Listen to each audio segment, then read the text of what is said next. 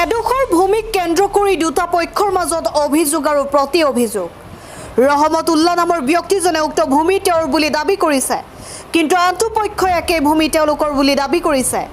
ইয়াকে লৈ দুয়োটা পক্ষৰ মাজত আৰম্ভ হৈছে অভিযোগ আৰু প্ৰতি অভিযোগ। এই ঘটনা সংঘটিত হৈছে হোজাই জিলাৰ চৌধুৰী বজাৰ পহৰা আৰক্ষী চকীৰ অধীনস্থ মধ্যম চামৰালী গাঁৱত।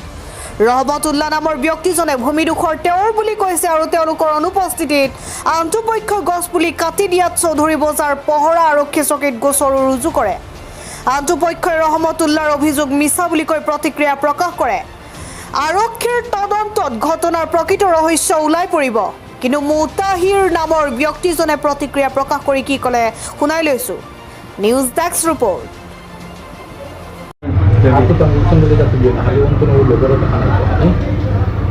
আপোনালোকৰ বিৰুদ্ধে কিবা অভিযোগ উত্থাপিত হৈছে, সেই অভিযোগৰ ওপৰত কি ক'ব? মই অভিযোগ আৰু অতি অভিযোগ মই শুনা পাইছোঁ আৰু মই দেখিছোঁ যে ফেচবুকত দেখিছোঁ মই এটা অভিযোগ আহিছে আমাৰ ওপৰত।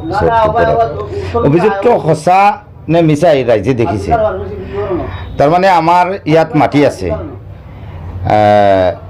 108 নম্বৰ পাট্টা আৰু 456 নম্বৰ দাগৰ মাটি আব্দুৰ ৰব পিতা আশ্ৰফ আলী আজিৰ পৰা প্ৰায় 30 বছৰ আগত আমি মাটি কিনা, 30 বছৰ কি 35 বছৰ এনেকুৱা হ'ব।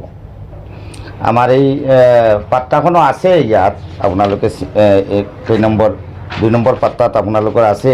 আমাৰ মই পঢ়ি গাই দিছোঁ।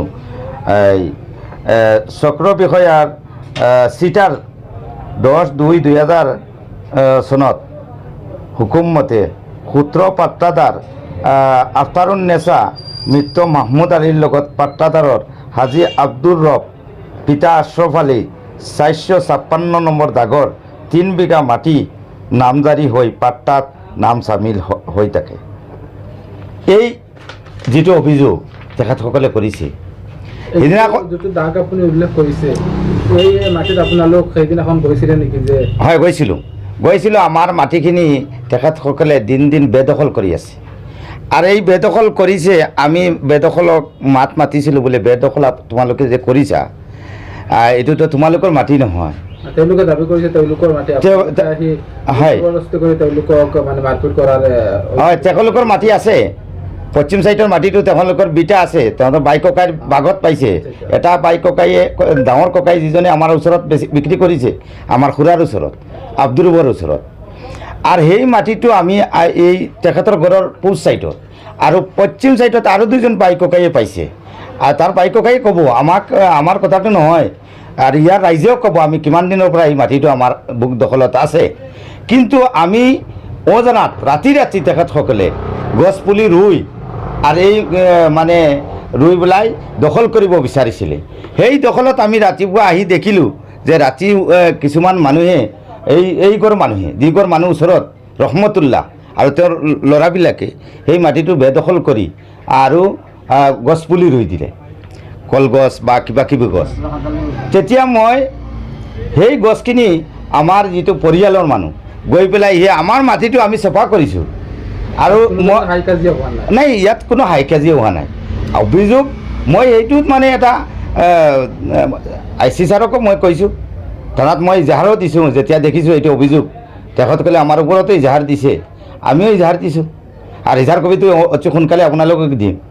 দেখিছে যে মাটি তেখেতৰ মাটি নহয়, তেখেতে ইয়াত ঘৰ বনাই বিটি বনাই পুৰাণাৰ পৰা আহি আছে, কিন্তু চাইটৰ মাটিটোতো আমাৰ সি দখল কৰিব বিচাৰিছে যিটো মাটি। তেওঁলোকে যিবোৰ অভিযোগ উত্থাপন কৰিছে সেইটো সত্য নহয়, সেইটো মিছা।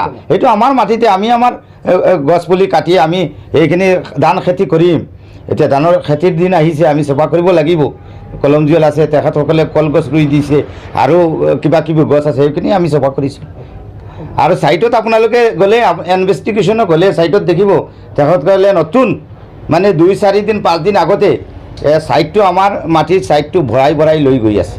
আৰু সেইখিনি আমি আমাৰ খুটি চুটি মাৰিছোঁ সেইকাৰণে তেখেতসকলে অভিযোগ এইটো মই এটা মানে দুখ পাইছোঁ যে আমি তেখেতসকলৰ লগত কাজিয়া কৰিবলৈ যোৱা নাই, আমাৰ মাটিখিনি আমি চোৱা কৰি আহিছোঁ। নিৰপেক্ষ তদন্ত বিচাৰে নেকি? হয় হয়, নিৰপেক্ষ তদন্ত বিচাৰোঁ আৰু আমি প্ৰশাসনক এইটো অনুৰোধ জনাওঁ, সত্যটো মানে ওলাব লাগে। আপোনালোকে মিডিয়াৰ জৰিয়তে আৰু আমি প্ৰশাসনক অনুৰোধ জনাম যে আমাৰ সত্যতাটো আপোনালোকে ইনভেষ্টিগেশ্যনত আহি সৰজমিন তদন্ত কৰক আৰু তদন্তৰ আওতাত আনি দেখক। যদি আমি সত্য নহওঁ, তেখেতসকল সত্য, আমি কানুনক আমাক যি চাজা দিব আমি চাজা ল'ম। কিন্তু যদি অসত্য তেখেতসকলে কৰিছে তেনেহ'লে ৰাইজেও বিবেচনা কৰিব আৰু মিডিয়া আপোনালোক